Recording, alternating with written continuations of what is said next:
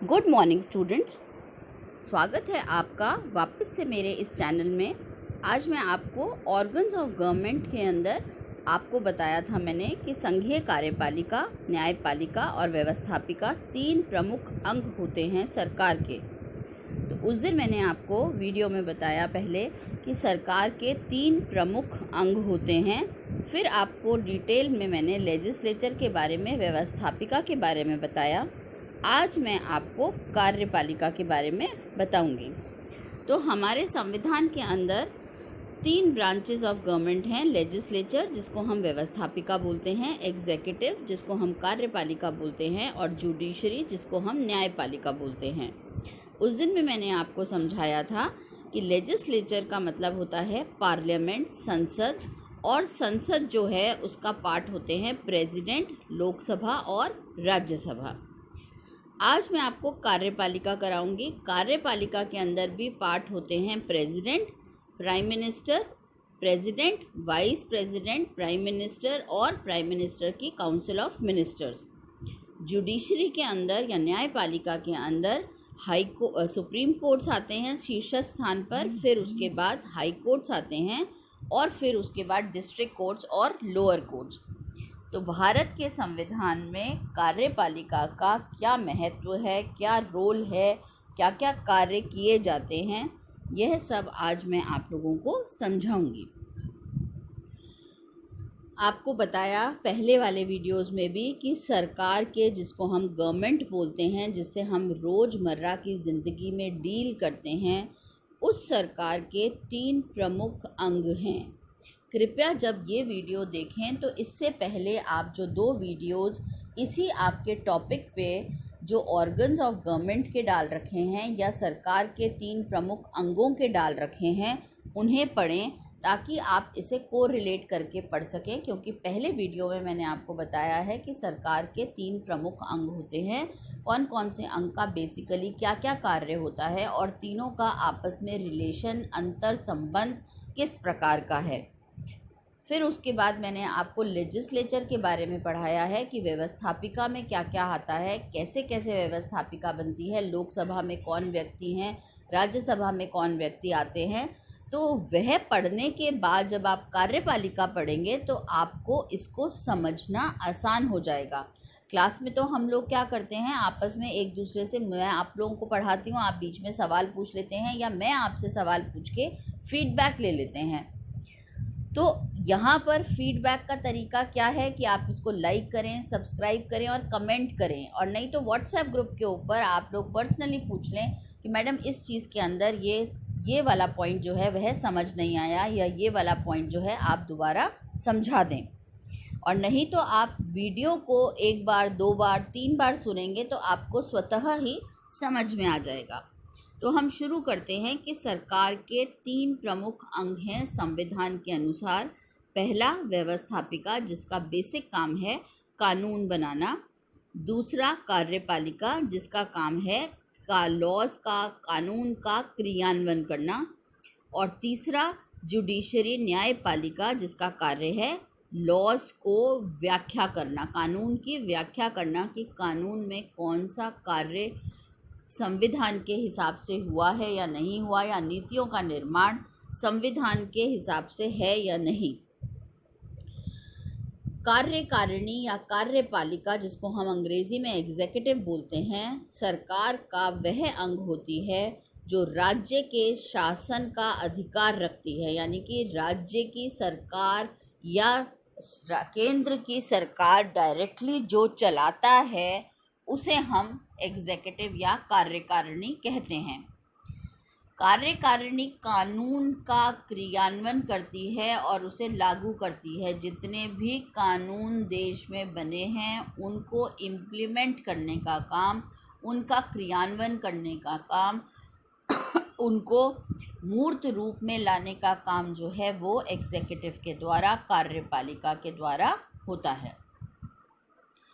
अब हमारे यहाँ पर क्योंकि संसदात्मक शासन प्रणाली है, संसदात्मक शासन प्रणाली जब आपको पढ़ाया था मैंने पिछले चैप्टर में, तो आपको बताया था कि हमारे यहाँ 2 प्रमुख होते हैं। एक तो हेड ऑफ द स्टेट, जिसको हम हमारे यहाँ पर राष्ट्रपति का नाम देते हैं, और दूसरा हेड ऑफ द गवर्नमेंट यानी कि सरकार का मुखिया, जिसको हम प्रधानमंत्री बोलते हैं। तो यहाँ पर संसदात्मक शासन प्रणाली में या अध्यक्षीय प्रणाली में कार्यकारिणी का प्रमुख दोनों राज्य का प्रमुख और सरकार का प्रमुख होता है। लेकिन हमारे यहाँ संसदात्मक शासन प्रणाली है, तो यहाँ पर सरकार का प्रमुख अलग होता है और देश का प्रमुख अलग होता है।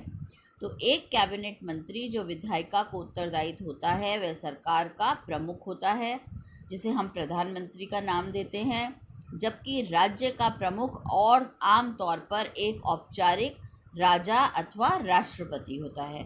तो हमारे यहाँ पर संसदात्मक शासन प्रणाली है। जब आप कंपैरेटिव पब्लिक एडमिनिस्ट्रेशन करते हो तो आपको मैं बताती हूँ कि हमारे यहाँ पर संसदात्मक शासन प्रणाली है, लेकिन अगर इसे कंपेयर करें तो अध्यक्षात्मक प्रणाली कहाँ पर है? यूएसए में। अमेरिका में अध्यक्षीय प्रणाली है, जहाँ पर जो सरकार का प्रमुख है वही देश का भी प्रमुख है। सारी पावर्स, सारी की सारी कार्य शक्तियाँ उसी में निहित होती हैं। तो हमारे यहाँ पर एक राष्ट्रपति हैं जो औपचारिक तौर पे हमारे देश के प्रमुख हैं, लेकिन प्रधानमंत्री जो हैं वह शासन जो है वह प्रधानमंत्री के द्वारा चलता है। अब आगे बढ़े, इसको डिटेल में समझें कि लेजिस्लेटिव, जुडिशियल और एग्जीक्यूटिव ब्रांचेस जो हैं उनको डिटेल में अगर हम देखें तो उसके अंदर आपको दिखेगा कि लेजिस्लेचर के अंदर हमारे यहाँ पर ये अमेरिका का सिस्टम है और हमारे यहाँ क्या है?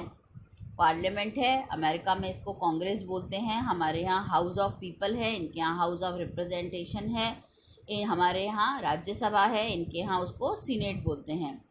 एग्जीक्यूटिव के अंदर हमारे यहाँ प्रेसिडेंट है, वाइस प्रेसिडेंट है, और सरकार कौन चलाती है? प्रधानमंत्री और उनकी काउंसिल ऑफ मिनिस्टर्स। इसी तरह जुडिशरी के अंदर सुप्रीम कोर्ट है, और फिर नीचे हाई कोर्ट्स और फिर डिस्ट्रिक्ट कोर्ट्स।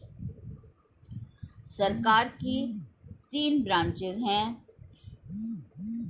एग्जीक्यूटिव जिसके अंदर प्रेसिडेंट है, फिर लेजिस्लेचर है, जुडिशरी है। संविधान के भाग 5 में, संविधान का जो भाग 5 दे रखा है हमारे यहाँ द यूनियन, उसके अध्याय में कार्यपालिका आता है। इसके अंतर्गत राष्ट्रपति, उपराष्ट्रपति जिनका अनुच्छेद 52 से 73 तक है, तथा मंत्रिपरिषद जो आर्टिकल 74 से 75 तक में काउंसिल ऑफ मिनिस्टर्स का डिस्क्रिप्शन संविधान के अंदर उल्लेख दिया गया है। जब आप यहाँ पर इंडियन एडमिनिस्ट्रेशन करना शुरू करेंगे तो आप लोगों के लिए आर्टिकल्स याद करना बेहद ज़रूरी है। कम से कम ये वाले आर्टिकल्स तो ज़रूर याद रखें कि प्रेसिडेंट जो है वो आर्टिकल 52 में है, या प्रेसिडेंट की क्वालिफ़िकेशंस 53 में हैं, काउंसिल ऑफ मिनिस्टर 74, 75 इसमें आर्टिकल्स में हैं। तो हमारे यहाँ कार्यपालिका का स्ट्रक्चर क्या है, यूनियन एग्जीक्यूटिव का स्ट्रक्चर क्या है? President, vice president. भारतीय संविधान में कहा गया है कि भारत का एक राष्ट्रपति होगा। संघीय कार्यपालिका की सभी शक्तियाँ राष्ट्रपति में निहित होंगी तथा वह इसका प्रयोग संविधान के अनुसार अथवा अधीनस्थ अधिकारियों के द्वारा करेगा। तो संविधान में क्या लिखा हुआ है कि राष्ट्रपति अपनी पावर्स का उपयोग, अपनी शक्तियों का उपयोग मेजॉरिटी पार्टी के लीडर, लोकसभा में आई मेजॉरिटी पार्टी के लीडर जिसको हम प्रधानमंत्री का नाम देते हैं, वह प्रधानमंत्री अपनी मंत्री परिषद के साथ करेगा। अनुच्छेद 74 में लिखा है कि राष्ट्रपति को सहायता और सलाह देने के लिए एक मंत्री परिषद होगी जिसका प्रधान प्रधानमंत्री होगा। राष्ट्रपति अपने कृत्यों का प्रयोग करने में, यानी कि राष्ट्रपति अपने कार्यों का प्रयोग करने के लिए इस प्राइम मिनिस्टर और काउंसिल ऑफ मिनिस्टर्स के अनुसार कार्य करेंगे, उनकी सलाह के द्वारा ही कार्य करेंगे। परंतु राष्ट्रपति मंत्री परिषद से ऐसी सलाह पर अगर मान लीजिए मंत्री परिषद और प्रधानमंत्री कोई ऐसी सलाह देते हैं जो राष्ट्रपति को पसंद नहीं है, तो उन्हें उस पर पुनर्विचार करने को कह सकता है। और राष्ट्रपति के ऐसे पुनर्विचार के पश्चात ही दी गई जो सलाह है, चाहे वो पुनर्विचार के पश्चात सेम सलाह दी हुई हो, राष्ट्रपति को उसके ऊपर कार्य करना, एक्शन लेना है।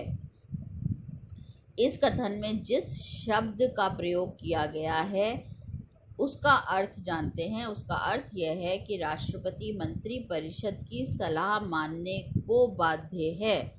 राष्ट्रपति की शक्ति पर उठे विवाद के कारण संविधान का संशोधन करने से यह स्पष्ट कर दिया गया कि राष्ट्रपति मंत्री परिषद की सलाह मानने को बाध्य है। राष्ट्रपति मंत्री परिषद को किसी भी बात के लिए पुनर्विचार करने के लिए कह सकता है, लेकिन पुनर्विचार करने के बाद भी अगर वही विधेयक या वही सलाह दी जाती है तो राष्ट्रपति बाध्य है उस सलाह को मानने के लिए। बाद में एक और संशोधन के द्वारा यह निर्णय किया गया कि राष्ट्रपति मंत्री परिषद को अपनी सलाह पर एक बार पुनर्विचार करने के लिए कह सकता है, लेकिन अगर मंत्री परिषद के द्वारा पुनर्विचार के बाद भी वही सलाह दी जाएगी तो राष्ट्रपति को मानना उस सलाह को ज़रूरी होगा, कंपलसरी होगा, बाधित होगा। आगे बढ़ते हैं हम। भारत के संविधान में औपचारिक रूप से संघ की कार्यपालिका शक्तियां राष्ट्रपति को दी गई। आपको मैंने बताया कि हमारे यहाँ हेड ऑफ द स्टेट और जो वास्तविक हेड ऑफ द स्टेट हैं, यानी कि सरकार के जो है प्रमुख हैं और जो देश के प्रमुख हैं, दोनों अलग अलग हैं। तो भारत के संविधान में औपचारिक रूप से संघ की कार्यपालिका शक्तियां राष्ट्रपति को दी गई हैं, पर वास्तव में यह शक्तियां प्रधानमंत्री के नेतृत्व में बनी मंत्री परिषद के माध्यम से राष्ट्रपति इन शक्तियों का उपयोग करता है। राष्ट्रपति 5 वर्ष के लिए चुना जाता है। राष्ट्रीय पद के लिए सीधे जनता के द्वारा निर्वाचित नहीं होता। जब आप राष्ट्रपति, आपको पहले भी पढ़ाया हुआ है, आप पुराने वीडियोस देखिए तो राष्ट्रपति का बताया हुआ है कि राष्ट्रपति भारत का नागरिक होना चाहिए, लाभ के पद पे नहीं होना चाहिए, 35 वर्ष की आयु होनी चाहिए और राष्ट्रपति जो हैं उनका निर्वाचन इनडायरेक्ट इलेक्शन इलेक्टोरल कॉलेज के द्वारा होता है, इनका चयन सीधा नहीं होता। इसका अर्थ है राष्ट्रपति का निर्वाचन आम नागरिक नहीं करता, बल्कि नागरिकों के द्वारा निर्वाचित जो प्रतिनिधि हैं वह राष्ट्रपति का निर्वाचन जो है वह करते हैं। केवल संसद ही राष्ट्रपति का महाभियोग की प्रक्रिया कर सकती है और पद से हटा सकती है। पिछले वीडियो में मैंने आपको बताया था कि प्रधानमंत्री पर महाभियोग चलाने का, इनफैक्ट पूरी कार्यपालिका पर, जिसके अंदर राष्ट्रपति, वाइस प्रेसिडेंट और न्यायाधीश, इन सब के ऊपर महाभियोग चलाने की प्रक्रिया दोनों हाउसेस में से, लोकसभा राज्यसभा में से कोई भी कर सकता है। यहाँ तक कि प्रधानमंत्री और मंत्री परिषद को हटाने के लिए जो अविश्वास प्रस्ताव पारित किया जाता है या उसकी शुरुआत की जाती है वह लोकसभा ही कर सकती है। तो इस प्रक्रिया में संसद में विशेष बहुमत की ज़रूरत पड़ती है। महाभियोग केवल संविधान के उल्लंघन के आधार पर ही लगाया जा सकता है।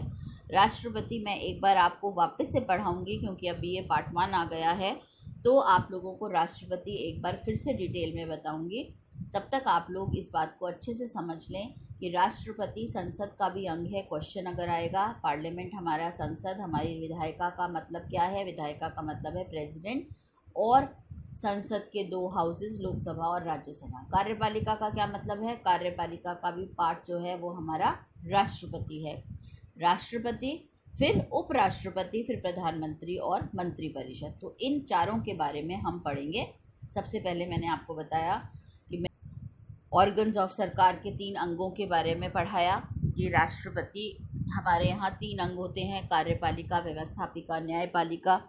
व्यवस्थापिका के बारे में हमने पढ़ा कि प्रेसिडेंट होते हैं और प्रेसिडेंट के 2 लोकसभा और राज्यसभा होते हैं। इसीलिए मैंने प्रेसिडेंट के बारे में आप लोगों को एक बार पहले से ही 8-10 वीडियो डाल के डिटेल में बता दिया था, ताकि आप समझ सकें कि प्रेसिडेंट की कहाँ कहाँ क्या क्या शक्तियाँ हैं और उनका उपयोग कैसे और किस प्रकार से हो रहा है। लेकिन अब फर्स्ट ईयर आ गया है तो वापस से प्रेसिडेंट मैं आप लोगों को पढ़ाऊंगी। तो अब यूनियन एग्जीक्यूटिव की यानी कि केंद्रीय कार्यपालिका की बात को आगे बढ़ाते हुए हम देखते हैं। केंद्रीय कार्यपालिका की बात को आगे बढ़ाते हुए देखते हैं कि एग्जीक्यूटिव ब्रांच जो है